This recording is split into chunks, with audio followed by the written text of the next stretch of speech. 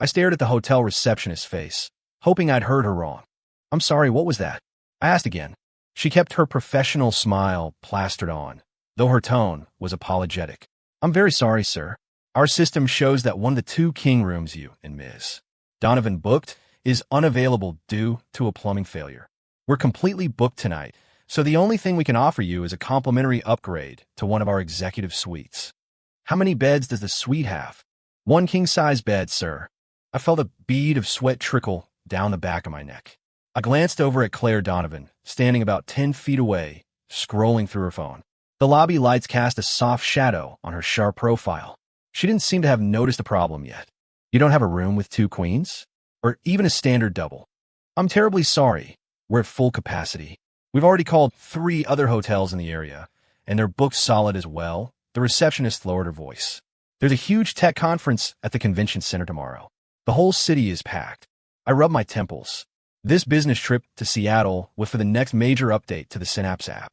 Claire was the director of product for our client, Aura Dynamics. I was the project manager from our end, Innovate Solutions. We've been working together for 3 months, and our conversations have been strictly professional. We had 0 personal relationship, and now we were supposed to share a room? A room with 1 bed? What's the hold up? Claire's voice came from behind me. I turned, trying to keep my expression neutral. There's a little problem with the rooms. I gave her the short version.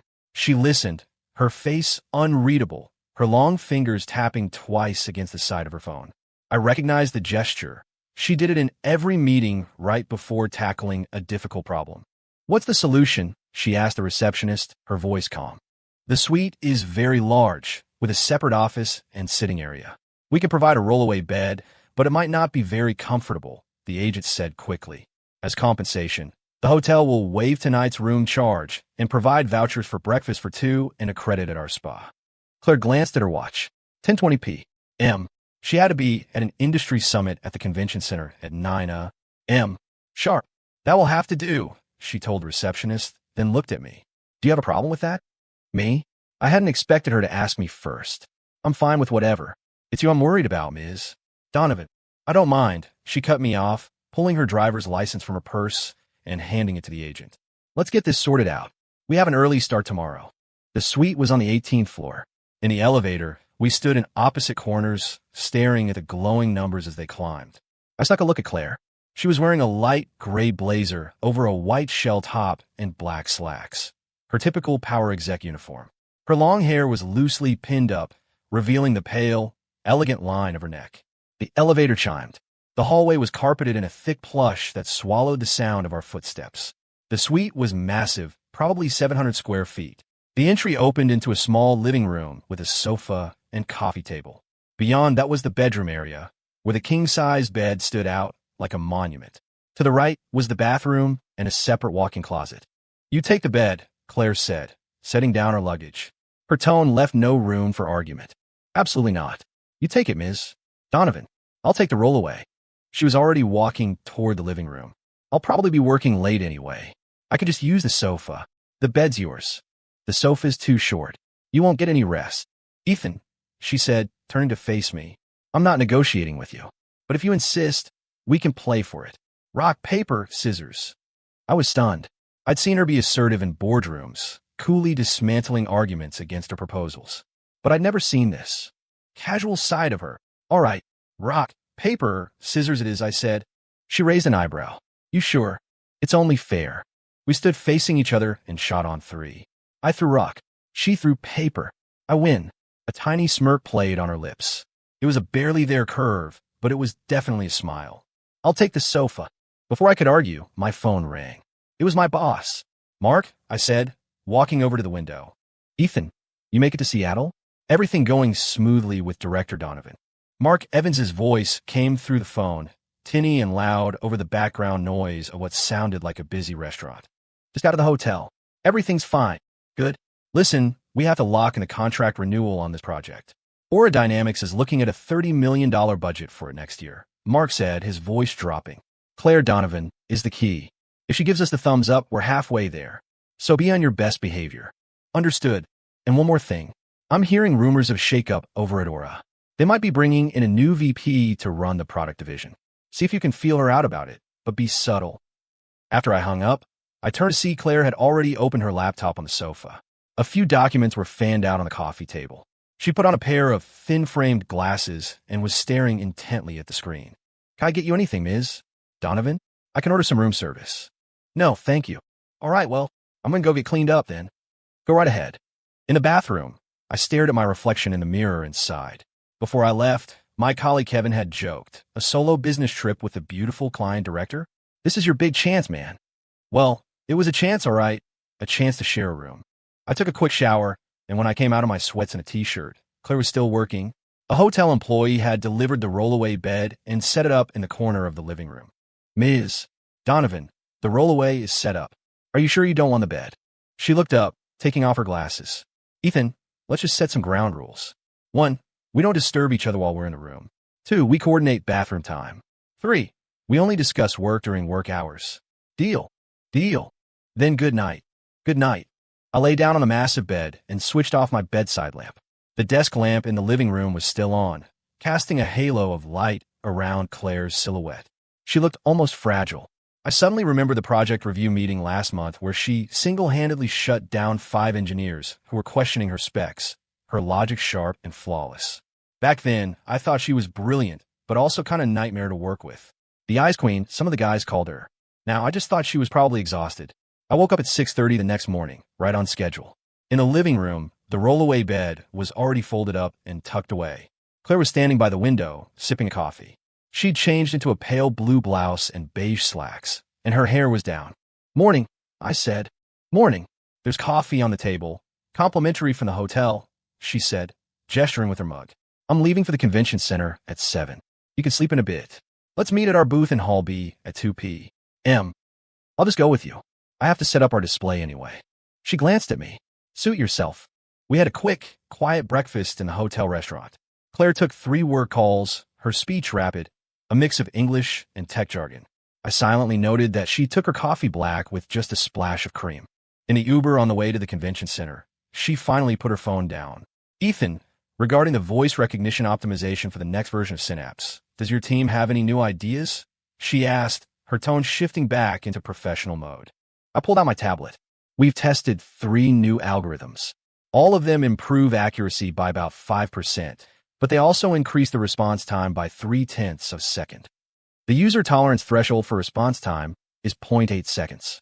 What's our current latency? 0.7. So we'd be right on the edge, she mused. Can you send me the algorithm models? I'll send them when we get back to the hotel. The car pulled up to the venue. The convention center was a sea of people, a chaotic symphony of lanyards and logos. Aura Dynamics had a prime booth right in the center of Hall B, a sleek, futuristic construction. The second Claire stepped out of the car, she was swarmed by her assistants and instantly switched into high gear.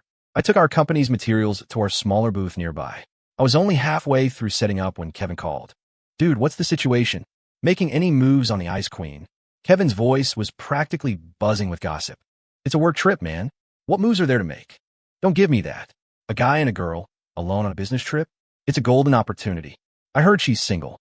Half the execs at her company have tried to ask her out, and she shot every single one of them down. You seem to know a lot about our clients' personal lives. Hey, it's all part of managing the account, he laughed.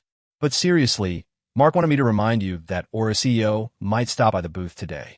If you can get to FaceTime, say a few words, it would be huge for the renewal. Got it. I hung up and got back to work. Around 10, the doors opened to the public. I spent the morning demoing our software and collecting business cards. So busy I didn't even have time for a sip of water. At 1:50, I made my way to Hall B. Claire was talking to a small group of people. At the center, being treated like royalty, was a man in his 50s, Robert Peterson, the CEO of Aura Dynamics. I hung back, waiting for a break in their conversation. When Claire saw me, she gave a slight nod. Mr. Peterson, this is Ethan Walker, the project manager from Innovate Solutions, she said. He's the one leading the Synapse project. Peterson looked me over and extended a hand. Young and promising. User feedback on the latest version has been excellent. Keep it up. Thank you, Mr. Peterson. We'll do our best, I said, giving his hand a firm, brief shake. After a few more pleasantries, Peterson was swept away by his entourage. Claire let out a quiet sigh and rubbed her temples. You haven't had lunch yet, have you? I asked. No time. I'll go grab something. What do you want? She thought for a moment. A sandwich is fine. Thanks. I came back with 2 turkey sandwiches and 2 bottles of water. We sat in the staff area behind the booth, finally getting a chance to breathe. How's your booth doing? She asked, tearing open the wrapper. Not bad. Got over 30 solid leads. That's efficient, she said, taking a small bite and chewing slowly. What's your plan for this afternoon? There's an industry forum at 4:30 I was planning to check out. I'm going to that too, she said, glancing at her phone. I have an interview at 3. It should take about half an hour. Meet at the entrance to the forum afterward. Sounds good. She finished her sandwich quickly and stood up, smoothing out her blazer. She took 2 steps, then turned back. Thanks for the coffee this morning. I was confused. The hotel provided that. I know, she said, and that rare, tiny smile appeared again. But thank you for noticing how I take it. She turned and walked away, leaving me standing there a little stunned. The afternoon forum was painfully boring. Just a few industry bigwigs on stage spouting corporate platitudes. Claire sat next to me, taking meticulous notes. She wore a subtle perfume that wasn't floral or sweet, but smelled more like a forest after it rains. By the time it ended, it was already evening. In a car back to the hotel, Claire leaned against the window with her eyes closed. I noticed she looked a little pale. Are you feeling okay, Ms. Donovan? Just a headache. It's an old problem, she said without opening her eyes. I have some Advil in my bag, if you need it. No, it's fine. I just need to rest. When we got back to the hotel, we went our separate ways, to the same room, of course. As soon as we were inside, Claire went straight to the sofa and lay down. Ms. Donovan, you should really take the bed, I said. You don't look well at all. This time, she didn't argue. She unsteadily pushed herself up, and I instinctively reached out to steady her. Her hand was ice cold. Thank you, she murmured and walked into the bedroom. I got her a glass of lukewarm water and set it on the nightstand. Let me know if you need anything. I sat on the living room sofa and opened my laptop to work through my emails. About half an hour later, I heard a faint noise from the bedroom. I got up and went to the door. Ms. Donovan? Are you okay? I asked softly. No answer. I hesitated for a second, then pushed the door open. Claire was curled up on her side, her forehead beaded with sweat. The glass of water on the nightstand was empty. Claire, I said, moving closer. I realized she was shivering.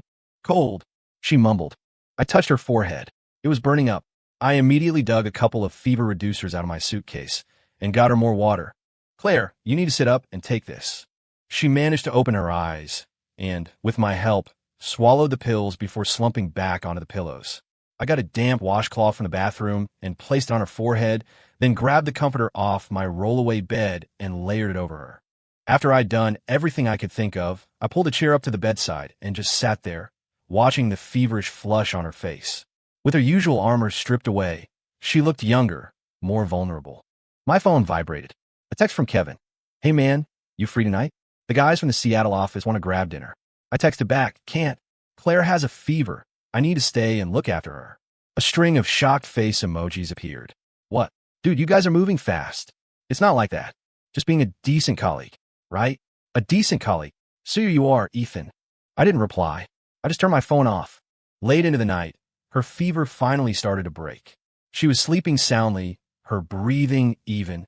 I leaned back in the chair and eventually drifted off myself. I don't know how much time had passed, but I woke up to someone gently shaking my shoulder. I opened my eyes to see Claire sitting up in bed, holding my jacket. Ethan, go sleep in the bed, she said, her voice still a little hoarse. I'm fine now. Is your fever gone? I asked, trying to stand up and nearly falling as pins and needles shot through my numb leg. Claire grabbed my arm to steady me. It's gone. Thank you for taking care of me. The brief touch of her hand confirmed it. Her skin felt cool and normal again. I took my jacket from her. Then you should get some more rest. I'll sleep on the sofa. The bed is huge, she said, her voice even. If you don't mind, you can sleep on the other side. I froze. She had already lain back down, her back to me. We both have work tomorrow. We both need to sleep. And don't worry, I trust you. I stood there for a long moment before finally turning off the light and lying down on the far side of the bed. There were at least 2 feet of space between us, but I could still smell that faint, rain-on-cedar scent of her perfume. Thank you for today, she said softly in the darkness. You're welcome. I don't get sick often, but when I do, it's always bad. I'm sorry for the trouble. It's what colleagues do. A few minutes of silence passed. Just as I thought she'd fallen asleep, She spoke again. I know what people at your company call me behind my back. The Ice Queen. I had no idea she knew. That's just because they don't know you. And you? What do you think I'm like? The question caught me off guard. I thought about it for a second before giving an honest answer. I think you're professional. You're dedicated to your work. You could be demanding, sure, but it's always for the good of the project. I heard her give a soft laugh. A very diplomatic answer. What did you want me to say? Nothing, she said, rolling over to face my direction, though it was too dark to see anything. Get some sleep. We have a long day tomorrow. Good night, Claire. Good night. I closed my eyes, but sleep wouldn't come. I could hear the steady rhythm of her breathing, feel the slight shift of the mattress as she moved. The unexpected intimacy of it all had me completely on edge. I thought about Kevin's teasing, about Mark's orders, about the calculating look in Robert Peterson's eyes. Then I thought about Claire's fragile appearance when she was sick, about her small coffee habit, about that tiny, fleeting smile. Tonight, something had definitely changed. The next morning, I was the first to wake up. I opened my eyes and realized that at some point in the night, I had rolled toward the middle of the bed. Claire was just an arm's length away. She was still asleep, her long lashes casting soft shadows on her cheeks in the morning light. The paleness from last night was gone, replaced by a healthy, faint flush. I slipped out of bed as quietly as I could and went to the bathroom. By the time I came out, she was awake, sitting up and checking her phone. Morning, she said, her voice still thick with sleep. Morning. Feeling better?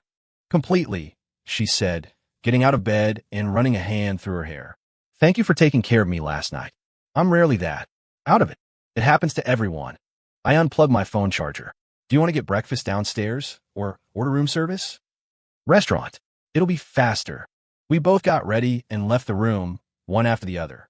In the elevator, we ran into a few people from other companies. We all exchanged polite nods.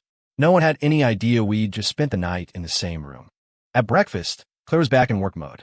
She scrolled through emails on her phone while eating a bowl of oatmeal, occasionally discussing the afternoon's client demo with me. At 3 p.m., Aura Dynamics has a product launch event. I'll be on stage giving the presentation, she said. I need you in the audience.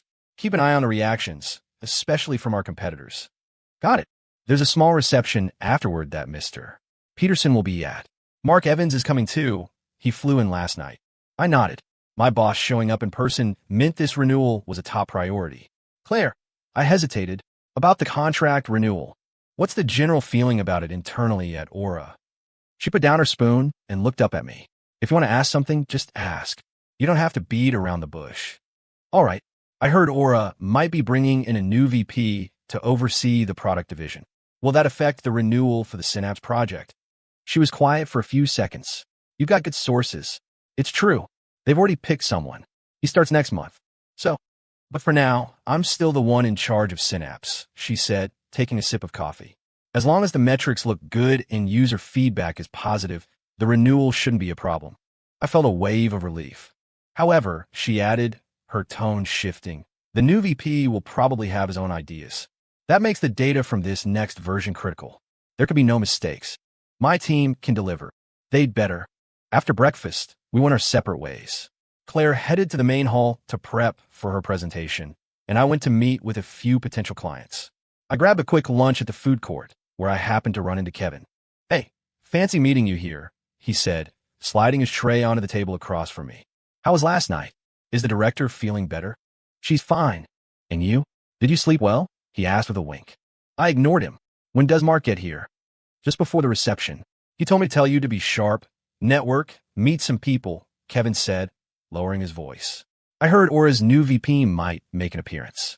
He hasn't officially started, but he's already getting involved. Do we know who it is? No idea. They're keeping it under wraps. Kevin suddenly remembered something. Oh, guess who I saw this morning? Samantha.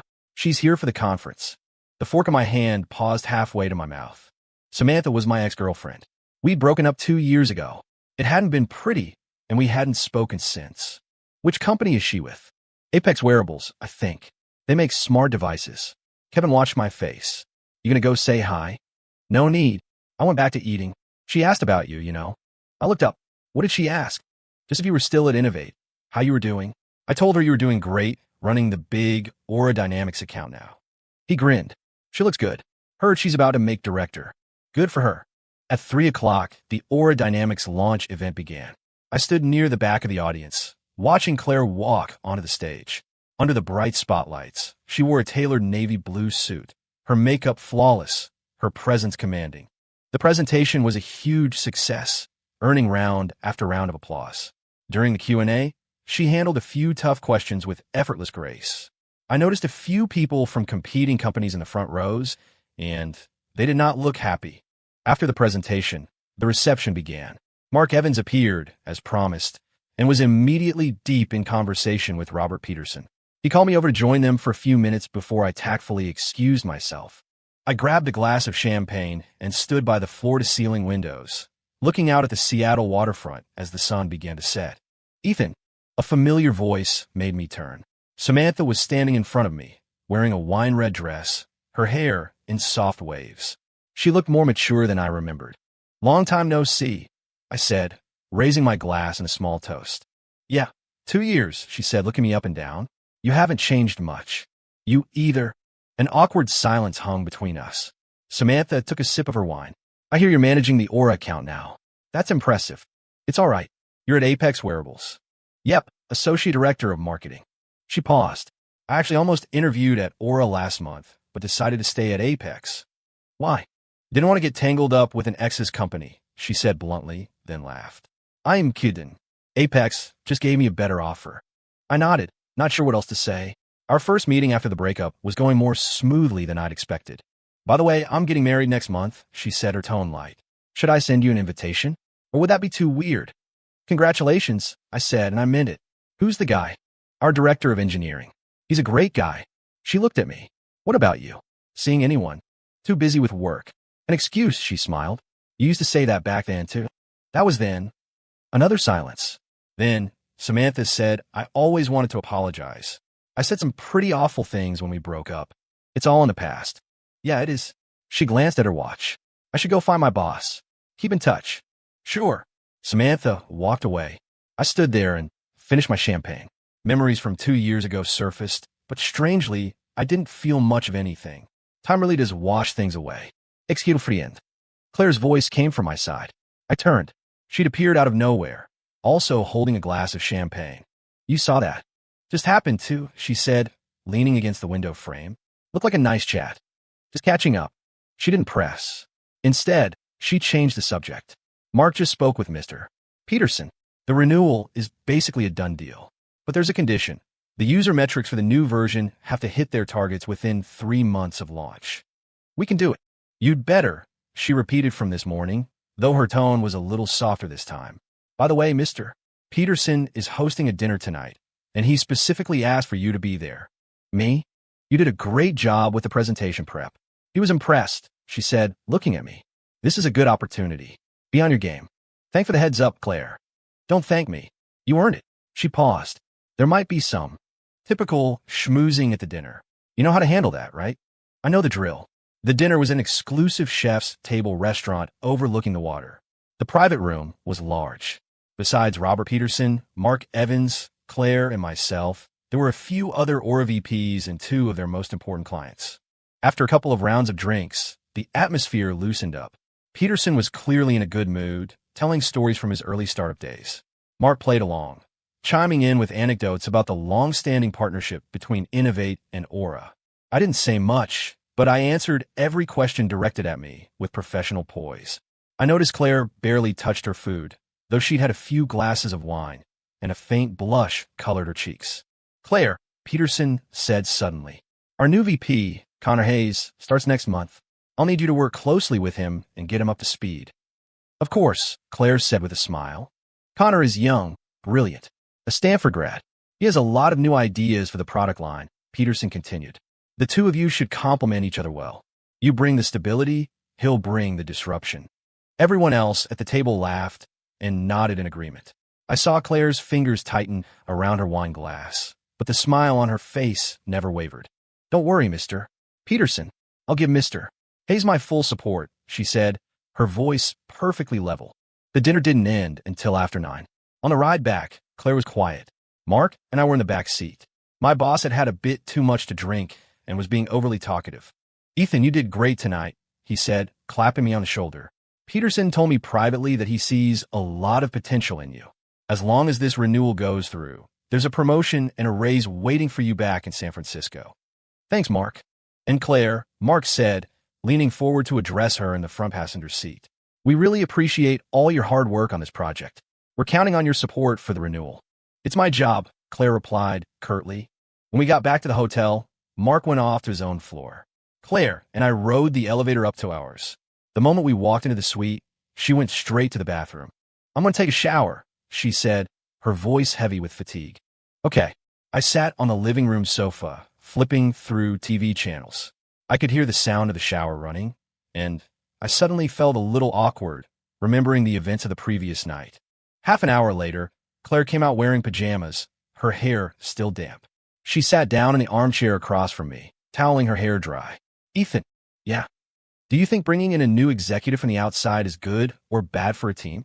She asked, her eyes fixed on the muted TV screen. I chose my words carefully. It depends. If they bring a fresh perspective, it could be a good thing. But if they disrupt the team's existing rhythm, it might not be. A very diplomatic answer, she said, throwing my words from last night back at me. What do you think? She was quiet for a moment. I've been at Aura for 6 years. I started as a product assistant and worked my way up to director. In those 6 years, the product division has had 3 different VPs. I'm the only director who's lasted through all of them. She stopped drying her hair. Every new leader brings their own team, their own agenda, and every time, I have to prove my worth all over again, adapt to a new set of rules. I could hear the exhaustion in her voice. You're already incredibly successful, I said. Successful? She gave a short, humorless laugh. Maybe, but sometimes I wonder what it's all for. She rarely ever talked about anything so personal. I didn't know how to respond, so I just said, at least the Synapse app is a huge success, and you built it from the ground up. Yeah, it is, she said, standing up, which is why I don't want to see it turned into something it's not. She walked to the window and looked out at the city lights. This new guy, Connor Hayes. I did some research. At his last company, he spearheaded 2 major product launches. Both failed, but he's good at playing politics, and he has connections. Now I understood her worry. But that's not your problem, she said, turning around, her usual cool composure returning. You just need to focus on the project. No matter who's in charge. Good data is the only thing that matters. Understood. Get some sleep.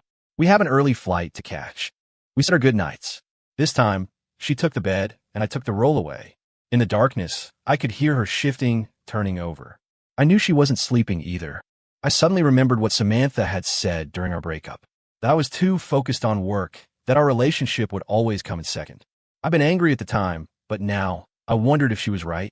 All these years, I've been climbing the corporate ladder, getting promotions and raises, but it felt like I'd lost something along the way. My life was work, overtime, client dinners. I saw friends occasionally, but there was always this empty space inside. I glanced toward the bed. Claire's silhouette was a faint outline in the dark. This woman, she seemed to work even harder than I did. On the flight back to San Francisco, we were seated next to each other. The moment we took off, Claire opened her laptop and started firing off emails, her fingers flying across the keyboard. I put on my mask, hoping to catch up on some sleep. My mind was a chaotic mess of thoughts from the night before. Ethan, Claire said suddenly. I took off my mask. I have a new idea for the voice recognition algorithm optimization, she said, turning her screen toward me. Look at this. She walked me through her concept, her explanation fast-paced, but her logic flawless. I listened intently, asking questions here and there. We talked for nearly an hour, only stopping when the flight attendant came by with drinks. That's a brilliant approach. I'll have the tech team evaluate its feasibility as soon as we get back, I said. I need feedback as soon as possible, she said, closing her laptop and finally leaning back. Sorry, once I start talking about work, I can't stop. It's fine. I learn a lot. She leaned her head back against the seat and rubbed the bridge of her nose. Sometimes I think I'm pretty boring. It feels like work is the only thing I have to talk about. My ex-girlfriend used to say the same thing about me. The words were out of my mouth before I could stop them. I was surprised I'd brought it up. Claire turned her head to look at me. So, do opposites attract, or do we repel each other? Maybe. I thought it was supposed to be that people who are alike are drawn to each other, she said, then seemed to realize how that sounded and cleared her throat. I just mean, if 2 workaholics get together, at least they'd understand each other. Maybe, I said, putting my mask back on. I'm going to get some sleep, Claire. Okay. I woke up as the plane was landing. Outside the window was the city I'd lived in for 8 years, a sprawling landscape of skyscrapers and endless traffic. Every time I came back from a business trip, I felt this strange sense of dislocation, like a story had just ended in another city, but life here had to go on. While we were waiting for our luggage, Mark called and told me to come straight to the office for a debrief. Claire's driver was already waiting for her. "See you at the office, then," she said, pulling her suitcase toward the exit. "See you at the office." I watched her walk away, and I suddenly remembered the image of her standing by the hotel window last night. In that moment, she had let down all her armor and revealed a rare vulnerability. I shook my head, trying to clear the thoughts. I pulled out my phone to get an Uber. The work group chat was already flooded with dozens of new messages. Life was back to normal. Everything that happened in Seattle, including the unexpected night we shared a room, was supposed to be over. But I had a strange feeling that some things were just getting started. Back at the office, I was swamped. I had to organize the client feedback from Seattle, oversee the development of the new version, and sit through endless meetings and write reports. I was at the office until 10 every night, getting home just in time to collapse in a bed. On Wednesday afternoon, we had a product review meeting. Claire came to our office with her team. It was the first time we'd seen each other since the trip. In the meeting, she was as sharp and professional as ever. She pointed out several design flaws and demanded revisions. Our lead engineer got a little defensive and argued back, but eventually he conceded. After the meeting, Claire stayed behind to go over the details with me. Once everyone else had left, she finally relaxed, rubbing her temples. "Busy week?" I asked. "Yeah, the new VP starts at the beginning of the month, and there's a ton of prep work." She opened her notebook. "Let's get to it. What's the verdict on the new voice recognition optimization plan?" "The tech team says it's feasible, but it'll add 2 weeks to the development schedule." "That's too long. The beta version has to go live by the 15th of next month. Then we'll have to cut some of the non-essential features." We spent the next half hour negotiating until we finally reached a compromise. By the time we finished, it was almost 7. "Want to grab dinner?" I asked casually. "It's already late." She glanced at her watch and hesitated for a moment. "All right, something quick." We went to a Japanese place near the office. We sat at the counter, side by side. She ordered sushi and a small bottle of sake. I got a bowl of ramen. "You come here often?" she asked. "When I work late. The food's good." "It is," she said after trying a piece of tuna sushi. "Better than the place downstairs from Aura." After the sake arrived, the atmosphere became more relaxed. She started telling me about the gossip surrounding the new VP. His name was Connor Hayes. He was 35, had worked in the U.S. after graduating, and was the son of one of Robert Peterson's old friends. "A classic parachute hire," she said, taking a sip of sake. "Walks in as a VP, with 3 directors reporting to him. A lot of people in the company are not happy about it." "And you?" "Me?" She smiled. "It doesn't matter if I'm happy or not. What matters is getting the work done." "But," she paused. "Connor reached out to me privately. Said he really admires the Synapse project and wants to learn more." I can't shake the feeling that he was trying to say something else. Maybe he's trying to get you on his side? Maybe. I'm not good at office politics, but I don't have a choice but to play the game. She swirled the sake in her small cup. "Sometimes I just want to go somewhere else, somewhere less complicated. With your resume, you could get a job anywhere." "I know. The headhunters never stop calling." She looked at me. "What about you? Ever thought about leaving Innovate?" I considered it. I've thought about it, but Innovate has been good to me. Mark can be a little short-sighted sometimes, but at least he gives me a lot of autonomy." "Mark is a good boss," she agreed. "He's just too focused on short-term gains." At that dinner in Seattle, he kept hinting at a price increase after the renewal. You should have seen the look on Mr. Peterson's face. "I know. I've already talked to him about it. Aura values our technical expertise, not our low prices." "Good that you understand that." After dinner, we walked to the BART station together. A cool, early autumn breeze was blowing. Claire had her blazer draped over her arm, and her white blouse looked soft under the streetlights. "Connor's welcome party is next week. Do you want to come?" she asked suddenly. "It will be good for you to meet him, for future collaboration." "Is that appropriate? I'm not an Aura employee. You can come as a partner." "It's fine," she said. "I'll send you the invitation." "Okay, thanks." The train arrived. We were heading in opposite directions. Before she stepped into the car, she turned back and said about Seattle, "Thank you. I mean it. You've already thanked me. Then I'm thanking you again." She stepped into the car and gave me a small wave through the glass. The train pulled away. I stood on the platform, feeling like something inside me had been gently nudged. For the next 2 weeks, I threw myself into the new version's development. The team worked nonstop overtime, and we managed to complete all the features just before the deadline. On Thursday at 10 p.m., the final test passed. I announced that we were done for the night, and the office erupted in cheers. Everyone decided to go out for a celebratory late-night meal. I was planning to go home, but on second thought, I went with them. At the late-night diner, the team was drinking beers and swapping stories about the hellish past few weeks. I sat in a corner, watching the group of young engineers, and suddenly felt old. I was only 30, but my mindset felt like 40. To Ethan, one of the programmers, a kid named Leo, said, raising his beer, "If you hadn't held your ground, the client would have had us revising specs until Kingdom Come." Claire is actually pretty reasonable. As long as you have a good reason for what you're doing, I said, clinking my glass against his. That's because she respects you. The last time I had to talk to her, she grilled me until I was speechless. Leo lowered his voice. "But for real, are you and Director Donovan? You know what?" Nothing, he said with a grin, and walked away. I shook my head and took another sip of beer. My phone vibrated. It was a text from Claire. "Just saw the beta version. It looks great. Congratulations." I replied, "The team worked hard. Connor's welcome party is tomorrow, 7 p.m. I'll send you the address. Don't forget, I'll be there." The next day, I left work early to go home and change. The party was in a hotel ballroom near the Aura Dynamics headquarters. When I arrived, the place was already crowded. Claire was wearing a black cocktail dress and talking with a small group of people. When she saw me, she walked over. "You're punctual. You look beautiful tonight," I blurted out, then immediately felt like I'd overstepped. She looked surprised for a second, then smiled. "Thank you. That's Connor over there. I'll introduce you."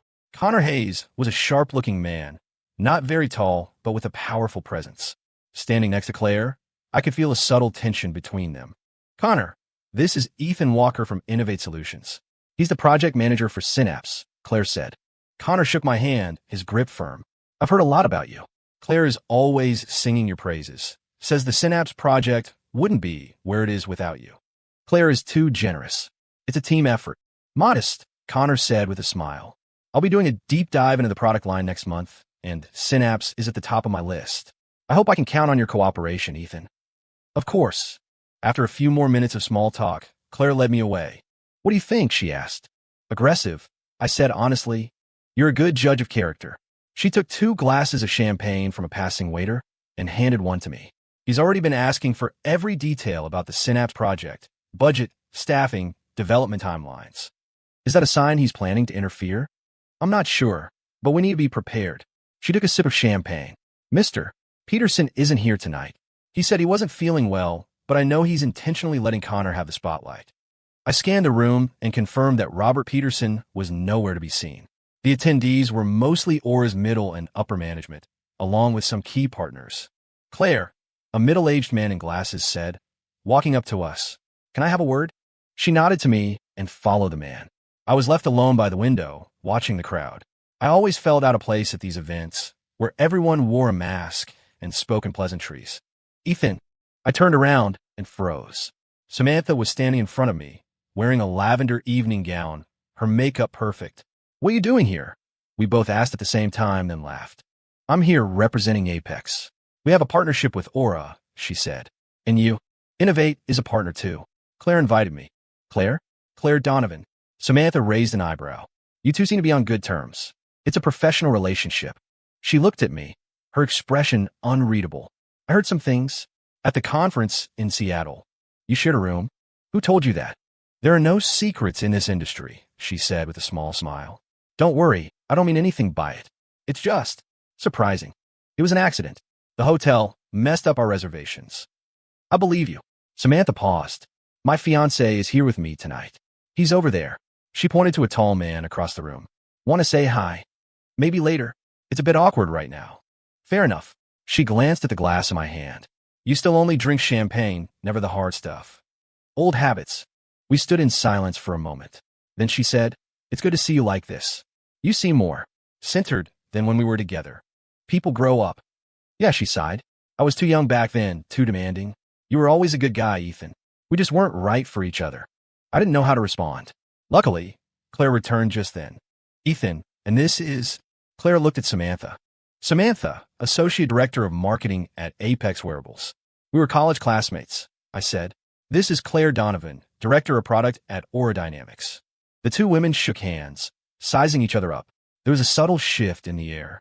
A pleasure to meet you, Samantha, Claire said with a smile. Apex's new smartwatch is getting a lot of buzz.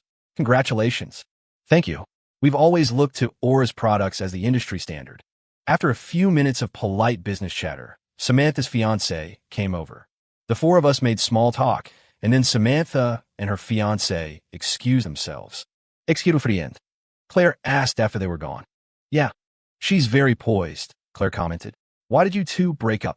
I was surprised by how direct the question was. We just weren't compatible. She wanted more of my time than I could give. Too busy with work. That was the excuse, but it was also the reason, I said, looking at her. What about you? Why are you still single? The question was out before I could stop myself, but Claire didn't seem offended. She actually thought about it for a second. I haven't met the right person, and I don't have time to invest in a relationship, she said. Besides, I don't think a relationship is a necessity in life. Then what is? My work, a sense of accomplishment, proving my own value, she answered candidly. It probably sounds boring, but that's who I am. I nodded. I get it. Halfway through the party, Connor took the stage to give speech. He thanked everyone for coming, talked about his vision for his new role, and hinted at major, sweeping changes. The applause was enthusiastic, but I saw more than a few strained expressions in the crowd. The winds are changing, Claire murmured beside me. Sure enough, the next day, news spread that Connor was restructuring the product division. All projects were to be reevaluated and reprioritized. Claire was pulled into an emergency meeting that lasted 3 hours. That afternoon, she called me. Her voice was strained. Connor wants to pivot the next version of Synapse to focus on social features and de-emphasize its utility functions, she said. I told him no, but he's insisting. What's his reasoning? He says utility apps have a low ceiling for growth, and social features are the only way to increase user engagement. She paused. He doesn't understand our users at all. Synapse is an efficiency tool, not a social network. What are you going to do? For now, I'll have my team draw up a proposal based on his idea, but I'm secretly keeping resources allocated to our original plan, she said. I'm going to talk to Mr. Peterson and see if I can get his support. What can I do to help? Just be prepared for some major changes, she sighed. Sorry to drag you into this. It's our project too. You're not in this alone. After I hung up, I felt a heavy sense of dread. I'd seen too many good projects get ruined by a change in leadership. Synapse felt like a child that my team and I had raised, and now it was at risk of being sacrificed in a political battle. That evening, Mark called me into his office. I hear there's been a shakeup at Aura, he asked, getting straight to the point. The new VP, Connor, wants to change the product's direction. How does this affect our renewal? It's too early to say. It depends on how much pushback Claire can mount. Mark frowned. This Claire Donovan, is she on our side or not? If she can't handle the pressure, we need to start making contingency plans. She's doing everything she can. Doing isn't enough. We need results, Mark said, tapping his fingers on the desk. You need to talk to her more, feel out the situation. If we have to, we can make some concessions, but we have to protect our core interests. Understood. I left his office feeling frustrated. I knew Mark was just doing his job. The company had to be profitable, employees had to get paid. But the thought of Claire fighting this battle alone didn't sit right with me. I pulled out my phone and started to text her, then stopped, not knowing what to say. In the end, I just wrote, "Let me know if you need anything." Half an hour later, she replied, "Thanks. 3 p.m. tomorrow or a conference room. Connor wants a full report on the Synapse project. I need you there. I'll be there." The next afternoon, I arrived at the Aura Dynamics headquarters early. Claire's assistant showed me to a small conference room. Claire was already there, preparing her materials. She was wearing a dark gray suit, her hair pulled back in a low ponytail, her expression grim. "Connor's bringing 2 of his own people," she said in a low voice. "They're probably going to ask some pointed questions. Just answer honestly. You don't need to hold back." Got it. At 3 o'clock sharp, Connor walked in, flanked by a man and a woman. The meeting started with Claire giving a project overview, followed by my presentation on the technical architecture and development progress. Connor listened intently, interrupting frequently with questions. They were all professional, but they were also all designed to find fault.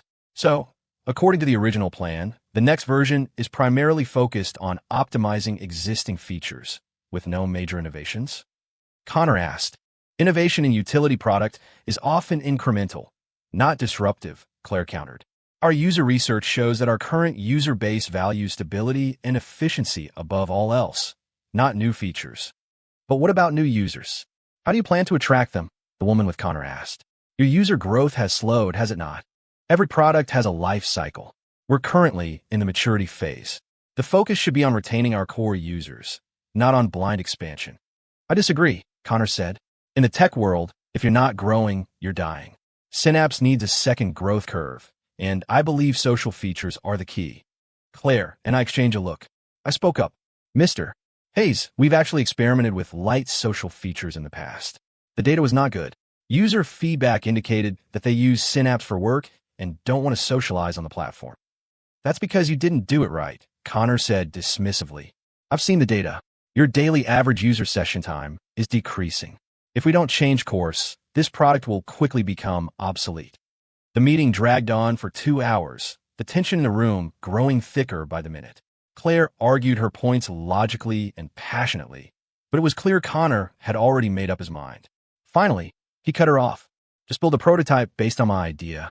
We'll look at the test data in a month and decide then. After the meeting, Claire stayed behind to pack up her materials. I wanted to say something to comfort her, but I didn't know where to start. Are you okay? She looked up, and I was shocked to see that her eyes were red-rimmed. She quickly regained her composure. I'm fine. I'm just so tired. I understand. No, you don't, she said, shaking her head. You have no idea how much I've put into this project. And now someone is about to tear it all down, and there's nothing I can do. I'd never seen her so emotional. I walked over to her side and, after a moment's hesitation, gently placed a hand on her shoulder. It's not over yet. There's still a chance. She took a deep breath. You're right. It's not over. She stood up, her usual cool demeanor returning. You should go. I need to figure out my next move. Do you want me to stay with you? No, I need to be alone. I nodded and left the conference room. As I walked out of the Aura Dynamics building, the sky was already dark. I looked up at the towering office building and imagined Claire, alone in that conference room. My phone vibrated. A text from her. I'm sorry for that display earlier. And thank you for coming today. I typed back, I'm here for you, whenever you need me. After I sent it, I stared at the screen for a long time. The words seemed to cross a line from professional to personal, but I didn't regret them. Maybe some things have been changing for a while now, and maybe neither of us was ready to face it. Over the next month, I saw a side of Claire I'd never seen before. She practically lived at the office, working until the early hours of the morning, personally overseeing the design of the social features prototype. At the same time, she secretly kept a small team working on our original plan, optimizing the core functions. I wanted to help, but as an outside vendor, I couldn't get too involved in Aura's internal politics. The best I could do was offer technical support and try to ease her workload wherever I could. On a Thursday night at 10, just as I was about to leave the office, my phone rang.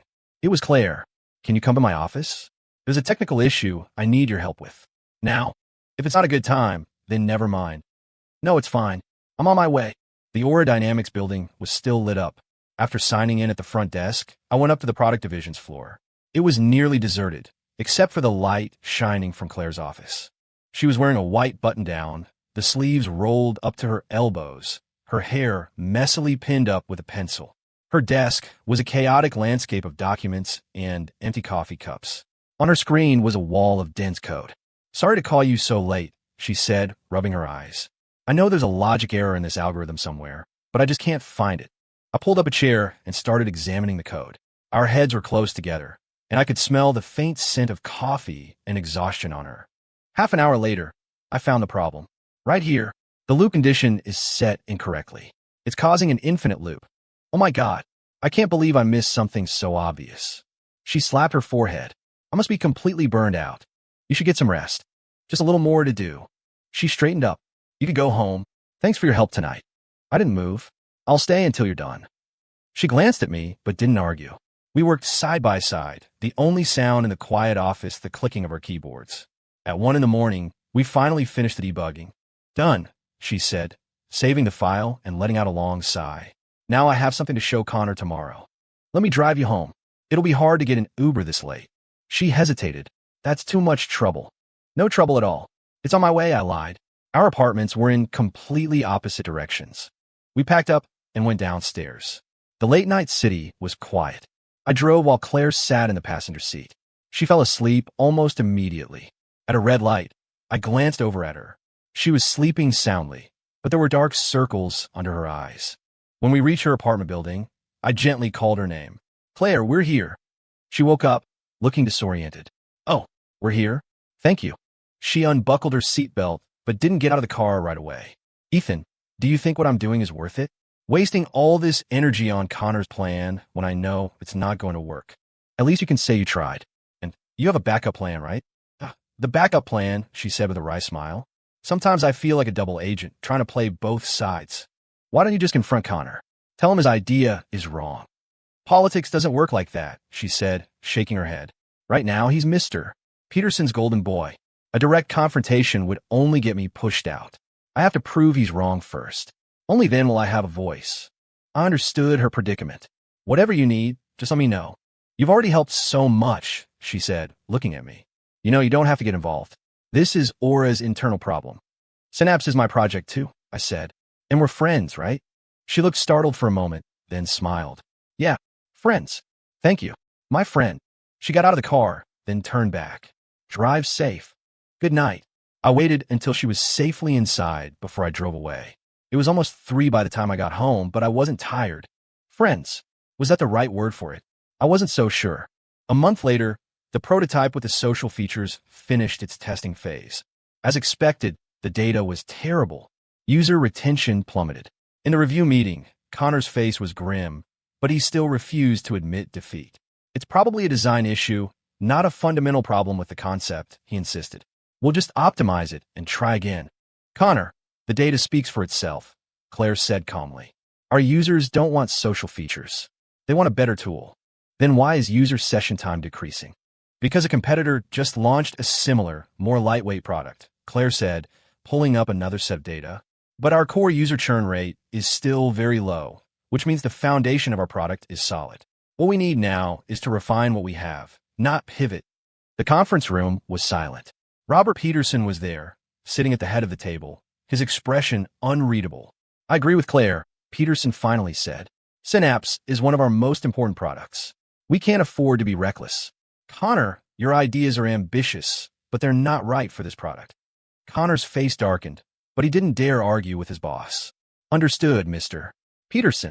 But Claire, the issue of decreasing user session time still needs to be addressed," Peterson said, turning to her. "What's your plan?" "I recommend we focus on upgrading the user experience within the existing framework, while also strengthening our user incentive system. I've already prepared a detailed proposal, which I'll send to you after this meeting." Peterson nodded, satisfied. "Good. We'll proceed with your plan. Connor, I expect you to give Claire your full support." "Yes, sir." After the meeting, Claire caught up with me in the hallway. "Thank you." "For what?" "That competitive analysis data. You're the one who put it together, weren't you?" she said with a smile. "I know you sent it to my assistant privately." I felt a little embarrassed. "It was nothing."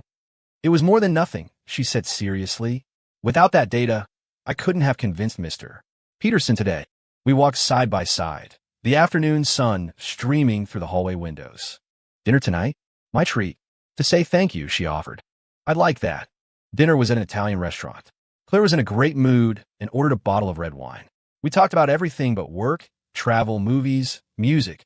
I discovered that she was actually a great conversationalist, usually just suppressed by the pressures of her job. "I was a computer science major in college, but I always loved design," she said. "That's why I switched to product management. A lot of people thought I was crazy, said there was more of a future in coding. Being a director of product is a pretty good future too. Yeah, but sometimes I still miss the simplicity of coding. Something is either right or it's wrong. There's no gray area," she said, swirling the wine in her glass. "Unlike now, where everything is a gray area." "But you won today, didn't you?" "For now," she sighed. "Connor won't give up that easily. He needs a win to prove himself, and the product division is the easiest place for him to get one." "So what's your plan?" "I'll just have to deal with whatever he throws at me," she said, looking at me. "But at least now I know I'm not fighting this alone." Her gaze was soft, and I felt my heart skip a beat. After dinner, we went for a walk along the Embarcadero. The evening breeze was cool, and the lights of the Bay Bridge danced on the water. "Ethan, Claire said, suddenly stopping. What do you think we are? Are we just colleagues? The question came out of nowhere. I turned to look at her profile perfectly illuminated by the streetlights. I'm not sure, I said honestly, but I know that I care about you, and not just because you're my client. She smiled. Me too.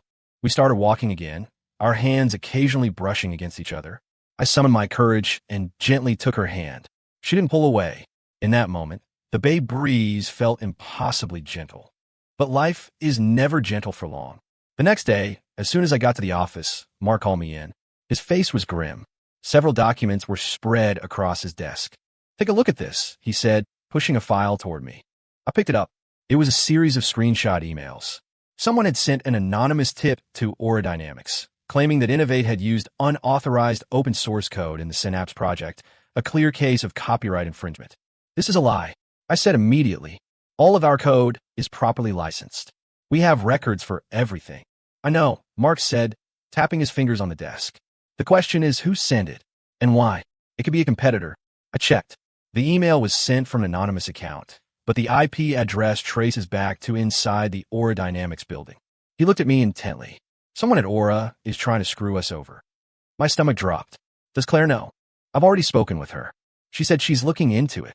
Mark paused, but I have a suspicion that she might be involved. That's impossible. Don't jump to conclusions, Mark said, holding up a hand. I know you and Claire are close, but in business, there are no permanent friends. There's a power struggle happening at Aura right now. She might be sacrificing us to save herself. Claire's not that kind of person. I hope you're right, Mark said, but you need to be prepared. If Aura suspends her contract because of this, the company will take a huge hit. You need to figure out how to salvage this. I left his office in a daze. The first thing I did was call Claire, but she didn't pick up. I sent her a text, but she didn't reply.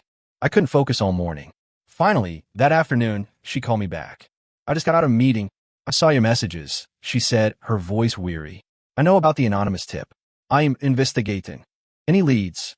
The email was sent from a public computer in the product department's common area. A lot of people used it during that time frame, so it's hard to pinpoint who sent it. She paused. But I'm not giving up. Mark thinks you might have. The other end of the line was silent for a few seconds. I understand why he would think that. But Ethan, please believe me. I would never do something like that. I believe you, I said without hesitation. I could hear her let out a breath of relief. Thank you. On another note, I've already spoken with Mr. Peterson and provided him with all of our licensing documentation. He's agreed not to suspend the contract for now, but he's requiring a full code audit. When? Starting next Monday. Aura's tech team will be at your office. Okay, we'll be ready. I felt a little better after the call, but the accusation still felt like a thorn in my side. That night, Kevin snuck into my office while I was working late. I heard there was trouble, he said in a hushed voice. You have good sources. It's all over the office, he said, closing the door behind him. Some people are saying that someone got jealous of how close you and Claire are. What does that mean? It means someone might be trying to hurt Claire by going after you, Kevin theorized. It's an internal power play at Aura, and you're caught in the crossfire. I frowned. Who would do that? Connor, or one of his cronies, Kevin said. You said he and Claire don't get along, right? So, what better way to hurt her than to hurt her key partner?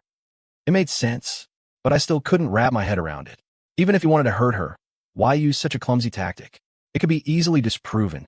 Maybe the goal wasn't to actually suspend the contract, but just to create mistrust, Kevin said. Sometimes corporate warfare is all about mind games. I rubbed my temples. This is exhausting. Yeah, it is. So what are you going to do? Cooperate with the audit. The truth will come out, I said. And then I'm going to find out who sent that email. Let me know if you need help. Thanks. The following week, Aura's tech team set up camp at our office and began their comprehensive audit. My team and I cooperated fully, providing all the necessary documentation and code repositories. On the third day of the audit, Claire showed up. She had a meeting with the audit team, then came to find me. We found him, she said without any preamble. It was one of Connor's guys, a guy named Ryan. He confessed. What was his motive? Connor put him up to it, she said with a cold smile. He was angry about losing the last round and wanted to create problems for me. Hurting you was just a way to get to me. So what now? I've already given the evidence to Mr. Peterson, she said. He was furious. He thinks Connor's tactics are childish and unprofessional. He's going to deal with it. And the contract? It's moving forward. In fact, Mr. Peterson said, we can even renegotiate for better terms on the renewal. She looked at me. I'm sorry you got dragged into this mess. It's not your fault. It is, she said, shaking her head. If I had handled the situation better, you wouldn't have had to deal with any of this. She looked genuinely remorseful. I wanted to comfort her, but I didn't know what to say. On Friday, after the audit was complete, Mark hosted a dinner for the Aura team to smooth things over. Claire and Robert Peterson both came. Connor was conspicuously absent. At dinner, Peterson brought up the renewal himself and offered us very favorable terms. Mark was ecstatic and had a few too many drinks. As everyone was leaving, Claire and I were the last ones out. I'm taking a vacation next week, she said suddenly. Going to Wyoming for a week. Alone. Yeah, I need to get away, clear my head. She looked at me. Do you want to come with me? I was stunned. The invitation was completely unexpected. I didn't know how to answer. I'm kidding, she said with a laugh. I know you're busy.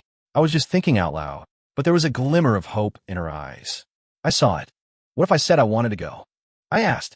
She stopped walking and looked at me seriously. Then we'll go together. A cool, early winter breeze blew past. I could feel my heart pounding in my chest. Okay, let's go together. She smiled, and it was brighter than any smile I'd ever seen on her face.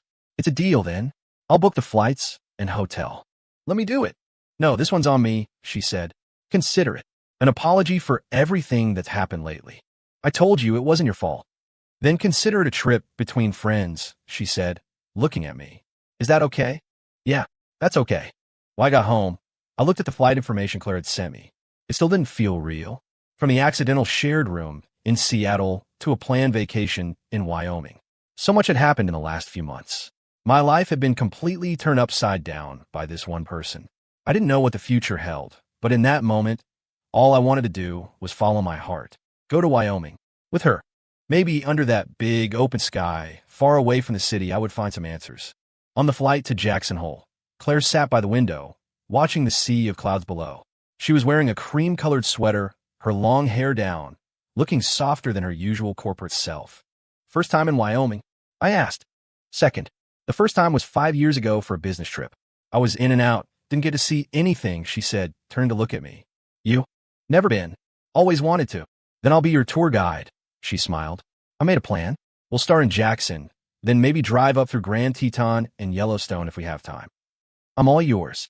When we landed, the Wyoming sun was bright and the air was crisp.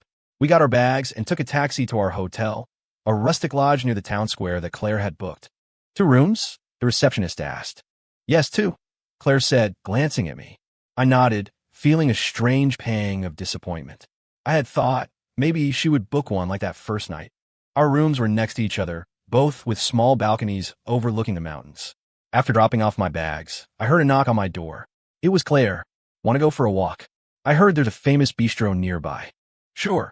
We strolled through the town, with its wooden sidewalks and charming storefronts. Claire seemed genuinely happy, stopping every so often to look at local crafts. She bought a hand-woven scarf and put it on immediately. How does it look? She asked. It looks great, I said honestly. The deep blue of the scarf made her fair skin glow. After a late lunch, we just wandered with no destination in mind. Free from the pressures of work and office politics, we were both completely relaxed. Sometimes I wish life could always be like this, she said. No KPIs, no power struggles. Just simple. So why not try it? Responsibilities, she said, leaning against the railing of a small bridge. I have a team that depends on me. A project that so many people have poured their hearts into. I can't just walk away. I knew the feeling. In the adult world, there was no room for impulsiveness. That night, we sat on the lodge's terrace, drinking tea and looking at the stars. The Wyoming sky was so clear you could see the Milky Way. Ethan, Claire said softly. Yeah. What do you think we are? That question again. I thought for a moment. A little more than friends, but not quite a couple. We're in that in-between space. The in-between space is dangerous, she said. It's where people get hurt. I know. Then why did you come? Because I wanted to be with you, I said, looking into her eyes, even if it's just in the in-between space. Claire was silent. She picked up her teacup but didn't drink. I've been in 2 serious relationships, she said suddenly. The first was in college. He moved abroad after graduation, so we broke up. The second was 3 years ago. He said I was too busy with work, that I never had time for him, so he left. She paused. After that, I just figured maybe relationships aren't for me. My life is consumed by work. I can't give someone the emotional attention they need. Maybe someone out there wants you just the way you are, I said. Like you. Like me, I admitted. I'm a workaholic too. I get it. If we were together, neither of us would have to change. She looked at me, her expression complicated. Do you really think that? I do. And what happens when we have to choose between work and us? The question was a heavy one. I didn't answer right away. I don't know, I said honestly, but I know that right now, I want to be with you. We can figure out the future when we get there. She smiled. A very logical answer. I'm a logical person. Me too, she said, putting down her teacup, which is why we need to take our time. Okay, we'll take our time. We sat on the terrace late into the night, talking about everything. Our pasts, our hope for the future, our frustrations with work, our dreams. I discovered that underneath the tough-as-nails director persona, Claire was a fascinating, funny person. The next day, we drove into Grand Teton National Park. The jagged peaks of the mountains cast long, dramatic shadows in the morning sun. Claire was like a kid, taking pictures of everything. Here, let me get one of you, she said, raising her phone. I'm not a fan of being photographed, but I stood still for her. She snapped the picture, then walked over to show me. See? It's a great shot. In the photo, I was standing in front of the mountains, my expression a little stiff, but my eyes were soft. Your turn, I said, taking the phone from her. She stood in the same spot, her smile effortless. The wind caught her hair and her scarf, and in that moment, she was breathtaking. At lunch, my phone rang. It was Mark. Ethan, you're in Wyoming. Yeah, on vacation for a week. With Claire Donovan? Mark's voice was probing. I glanced at Claire, sitting across from me. Yes. There was a pause on the other end of the line. All right, have fun, but I have some news for you. Connor Hayes has been transferred. What? Peterson moved him to the strategy department. It's a promotion in name only. In reality, he's been sidelined, Mark said. I heard it was because of that whole anonymous tip fiasco. Peterson decided he had a character problem. So who's running the product division now? Claire's the interim head, until they find a permanent replacement. Mark paused. This is good for us. You should use this opportunity to strengthen the relationship. We might be able to get even better terms on the renewal. Mark, I'm on vacation. I know. Just a reminder, he said with a laugh. I won't bother you anymore. Have a good time. After I hung up, Claire asked, trouble at work? Connor's been transferred. You're the interim head of the product division, I said. And Mark wants me to use this trip to strengthen our relationship. Claire frowned. Mark is relentless.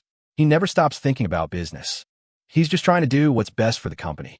I know, she said, taking a sip of water. But I hope that while we're here, we can just be Claire and Ethan, not Director Donovan and Manager Walker. Deal. Here, we're just us.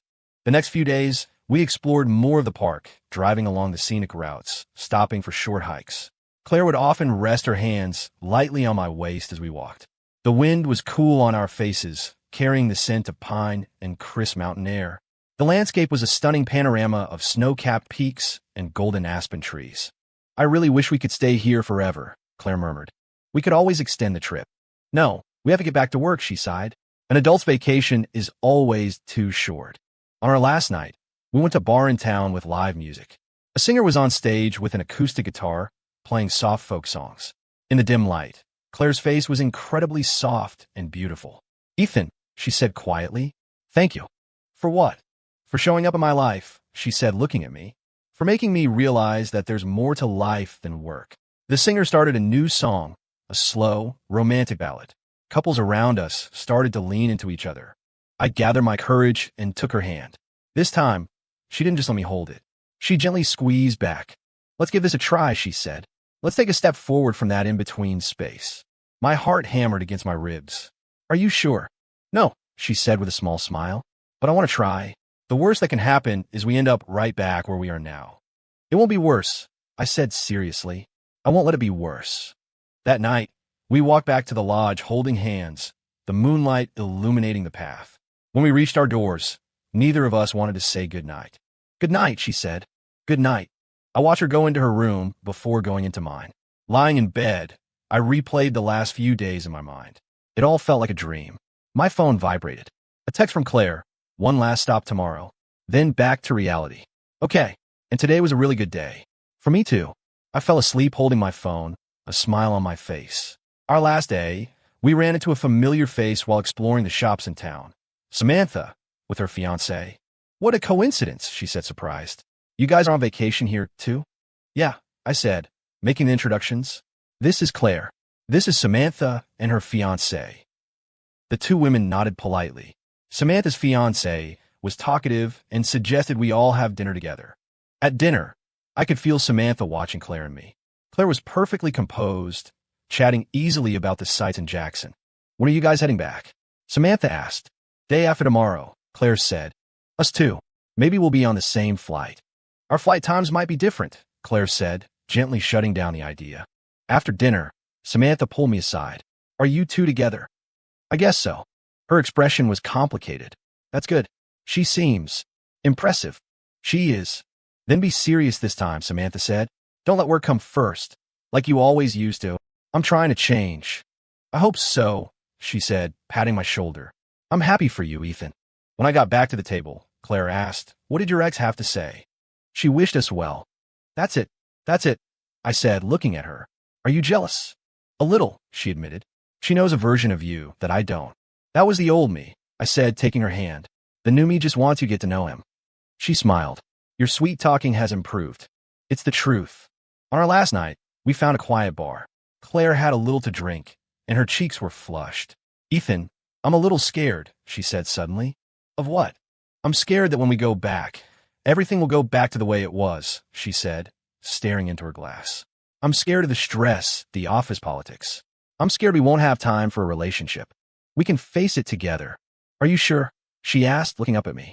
I can be more difficult than you think. When I'm stressed, I can't sleep, I get emotional, I bring my work stress home with me. I have my own flaws, I said.